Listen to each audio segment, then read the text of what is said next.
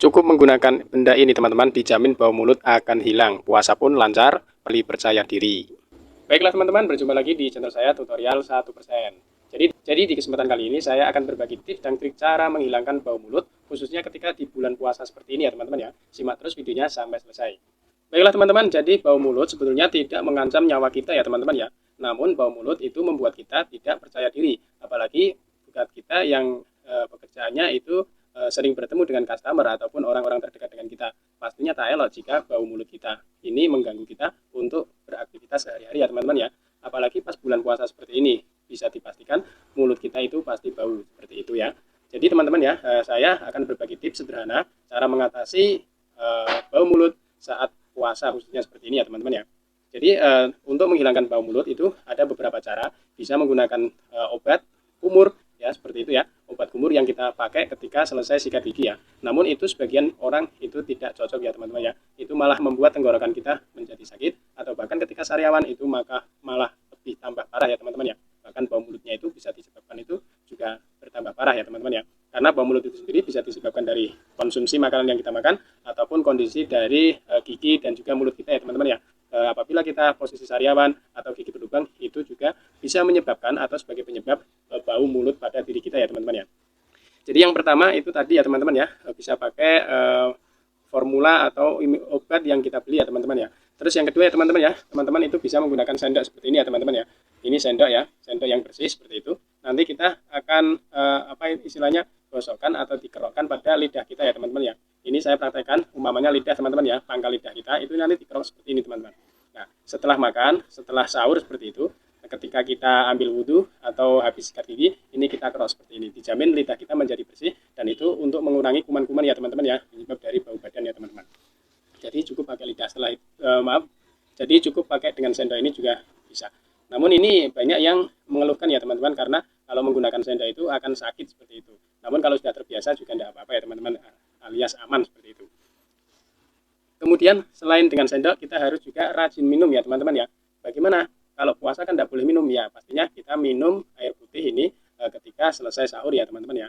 Jadi kita gosok gigi dulu, setelah itu kita perbanyak minum air putih ya teman-teman ya. Setelah minum air putih, itu air putih yang dingin ya, atau yang netral, bukan yang pakai es, tapi yang biasa seperti ini. Setelah itu kurang lebih 400 liter untuk kita minum, lalu kita tambahkan dengan terakhir yaitu air hangat ya teman-teman ya. Ini air hangat itu untuk membunuh kuman-kuman yang ada di dalam rongga mulut kita. Nanti dijamin bau mulut pun tidak tumbuh ya teman-teman ya. Ini yang kedua ya teman-teman ya. Ini yang ketiga ya teman-teman ya, mohon maaf. Kemudian ada cara yang lebih ampuh lagi teman-teman, yang ini jarang orang tidak tahu atau bahkan belum mengenal ya teman-teman ya, yaitu apa? Dengan menggunakan biji beras ya teman-teman ya. Ini beras ya teman-teman. Nah, ini beras yang sudah saya cuci. Jadi setelah gosok gigi, terus setelah minum air putih, setelah mulut itu dibersihkan, nah ini walaupun sudah dibersihkan, biasanya kalau kita habis sahur, sholat subuh, terus kita tidur, bangun-bangun itu bau mulut kita akan muncul teman-teman. Nah, ini rahasianya, yaitu kalau saya pengalaman pribadi itu menggunakan biji beras ini teman-teman. Kita ambil 1 sendok seperti ini caranya ya. Pastikan ini sudah dicuci bersih ya teman-teman ya. Setelah dicuci bersih seperti ini, lalu kita makan teman-teman. Kita makan saja, tidak apa-apa. Ini beras ini kita makan. Kita kunyah seperti ini. Saya contohkan ya.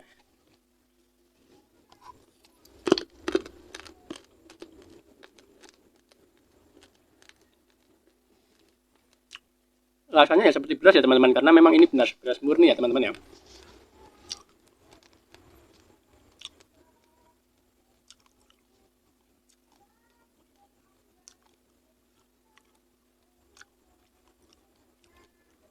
Oke teman-teman, setelah dirasa cukup lunak atau lembut atau sudah halus di dalam mulut kita, ini bisa kita telan ya teman-teman ya, kita makan.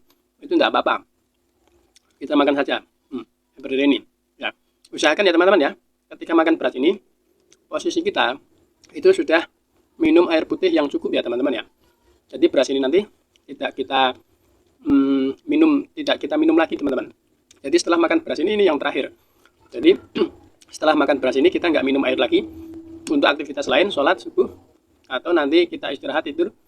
Insya Allah bangun-bangun itu sudah tidak bau badan ya teman-teman ya. Lalu muncul pertanyaan, kalau tidak diguyur pakai air, apakah tenggorokan kita akan panas? Jawabannya tidak teman-teman. Saya sudah mempraktekkan sendiri berkali-kali untuk aktivitas seperti ini ya teman-teman ya. Tidak di hari puasa pun saya menggunakan cara ini. Saya menggunakan ramuan ini ya teman-teman ya. Cukup dengan beras saja seperti ini, bau mulut tidak muncul ya teman-teman ya. Dan untuk pagi harinya, sampai dengan sore hari itu akan lancar ya teman-teman ya. Dijamin teman-teman, ini bisa dipraktekkan di rumah. Oke teman-teman, mungkin videonya sampai di sini saja. Ini untuk tips sederhana cara menghilangkan bau mulut ya teman-teman ya, khususnya ketika bulan puasa seperti ini. Oke, bila dirasa video ini menarik dan juga bermanfaat, silahkan like dan juga share. Terus untuk teman-teman yang belum subscribe, silahkan untuk subscribe di channel saya. Terima kasih, sampai jumpa di video berikutnya. Salam sukses selalu.